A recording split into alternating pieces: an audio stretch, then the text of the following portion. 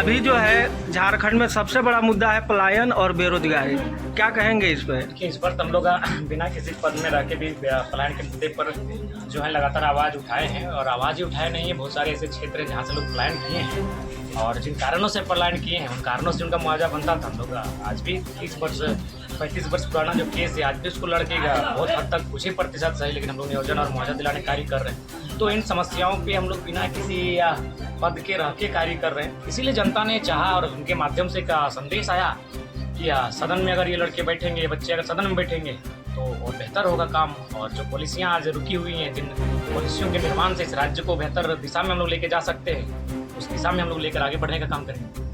अभी जो झारखंड में सरकार है उसके कार्य को किस तरह से आप देखते हैं? देखिए, अब जो छोटे मोटे लुभावने काम है ठीक है, जैसे क्या गए सोना शोकन धोती साड़ी योजना, तो वो लुभाने वाले कार्यक्रम ठीक है, लेकिन जो जेन्युइन काम है उन जेन्युइन काम में बहुत पीछे रहे हैं। जैसे जेन्युइन काम की अगर बात करें तो स्थानीय नीति सबसे पहली बात है कि इस राज्य की परिभाषा होनी चाहिए कि इस राज्य के लोग कौन हैं। क्योंकि देखिए, अभी भारत की जनसंख्या अनुमानित 1 अरब 40 करोड़ के आसपास है। हम सभी भारतीय हैं, इसमें कोई समस्या नहीं है, लेकिन सभी भारतीय झारखंडी होंगे ये बिल्कुल गलत तरफ है। तो ठीक उसी प्रकार जो हमारे 3.5 करोड़ की आबादी है तो वो झारखंडी, केवल झारखंडी है, लेकिन उसमें भी बैरियर क्या है, स्थानीय नीति की परिभाषा क्या है। क्योंकि हमारे लोग भी तमिलनाडु तेलंगाना में रहते हैं, लेकिन वहाँ के निवासी कभी नहीं बन पाते हैं। हमें लोग प्रवासी नाम से ही जानते हैं और प्रवासी के नाते ही काम में रखा जाता है।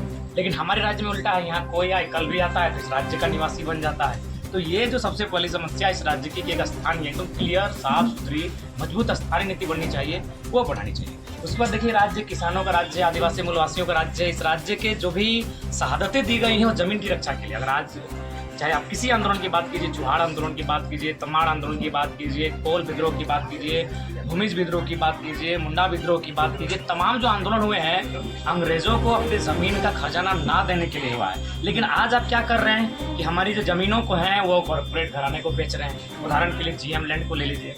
आपके इधर क्या स्थिति है मुझे नहीं मालूम है, धनबाद बोकारो में किसानों को खून के आंसू सरकार बता रही है। उनके घोषणा पत्र में था कि GM लैंड का रसीद कटेगा, बाकायदा रैयत के पक्ष में कटेगा। कटना चाहिए। GM लैंड किसी का बाप का नहीं है, सरकार का भी नहीं है, चाहे प्रधानमंत्री मुख्यमंत्री उनका नहीं है। GM लैंड तब से हमारा है जब से हम लोग लोकतंत्र में आए नहीं थे, वो GM लैंड पर हमारा अधिकार था। लेकिन आज ये लोग कॉर्पोरेट परिवारों को बेच रही है। आज देख सकते हैं भारतमाला जो प्रोजेक्ट जो यूपी से बनारस तक जा रहा है, सॉरी बनारस से कलकत्ता तक, अब उसके बारे में जानिए। यूपी में 22 किलोमीटर, बिहार में लगभग 150 किलोमीटर, झारखंड में 150 किलोमीटर, बंगाल में 250 किलोमीटर। आप वहाँ का रेट देखिए और वहाँ GM लैंड की मात्रा देखिए, कहीं GM लैंड नहीं मिला है। GM लैंड इसको केवल और केवल मैक्सिमम झारखंड में मिला है, और रेट भी सबसे कम झारखंड में है। ये चीज़ें हमारे मुद्दे हमेशा रहे, और हम लोग लगातार अपनी वॉइस को, हम JNU भी गए तो इन मुद्दों को रखें, हम दिल्ली के डेमोक्रेसी स्कूल में भी बैठे तो इन मुद्दों को रखें, हम एग्रीकल्चर यूनिवर्सिटी गए तो भी हम झारखंड के मुद्दों को रखें। बस ये एक मलाल रह गया कि संसद में मुद्दों को रखने का मुझे मौका नहीं मिला।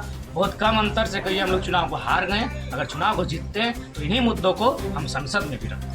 अच्छा, एक चीज़ और कहेंगे, आज झारखंड जो है 24 साल का हो गया है, क्या यहाँ पे जो विकास होना चाहिए था यहाँ की सरकारों ने किया? तो देखिए, हम वो अब जैसे हम लोग चुनाव जीत के आए, देखिए चुनाव जब हम नहीं चुनाव जीतने की बात, मैंने चुनाव जो हम लोग वोट लेके आए, चुनाव में जो अच्छा बेहतर परिणाम हमारे सामने आया, उसके बाद हम बहुत सारे IAS IPS से बैठे, बाकायदा वे लोग भी रिस्पॉन्स देने लगे कि नहीं, लड़कों में फ्यूचर है इस राज्य का। उन्होंने एक ही चीज बताया कि इस राज्य के जो लीडर हैं उनके पास ना 5 साल 10 साल का कोई रोड मैप नहीं, उनके पास हाँ नली गली बिजली सड़क के अलावा खंभा पोल ट्रांसफार्मर उद्घाटन, खेल के मैदान में फीता काटना, एगो सड़क बना देना, एगो डैम बना देना, अलावा 10 साल का विजन इनके पास नहीं है।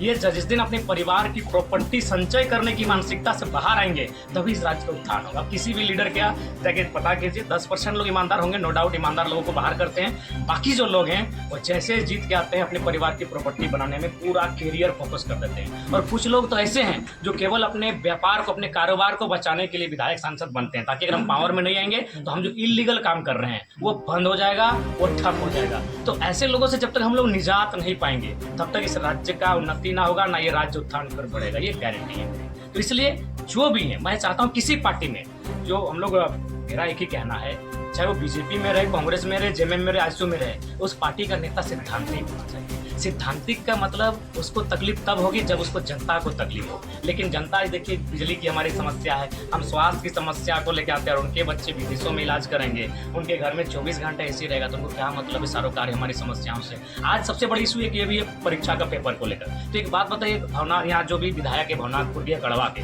क्या उनके बेटे चपरासी की नौकरी का फॉर्म भरेंगे? नहीं भरेंगे। तो पेपर लीक हो, चाहे गजाड़ में जाए, चाहे पतार में जाए, क्या मतलब है उनको? ये मतलब सुखी संपन्न नेता हैं, उनके हाथों से। देखिए बार बार कह रहे सत्ता बदलने से नहीं होगा, व्यवस्था को बदलना होगा। समाज, ये जो इकोनॉमी है, सारी समस्याओं की जननी इकोनॉमी है।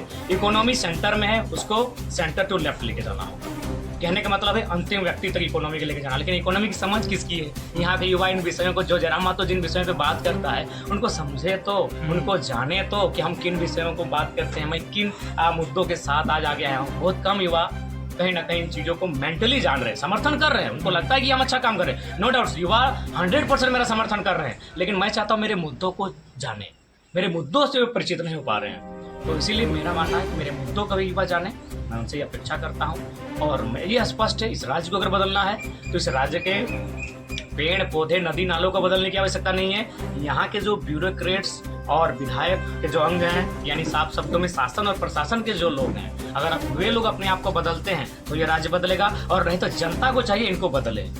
ये अगर जनता भी इनको नहीं बदलती है फिर ऐसा ही चलेगा। आखिर क्या बदलाव हुआ? 20 साल नेताजी विधायक बन के रहते हैं और जैसे 21वां साल आता है अपना बेटा कैसे हाथ खड़ा करते हैं, ये रहा अमरेंद्र बाहुबली।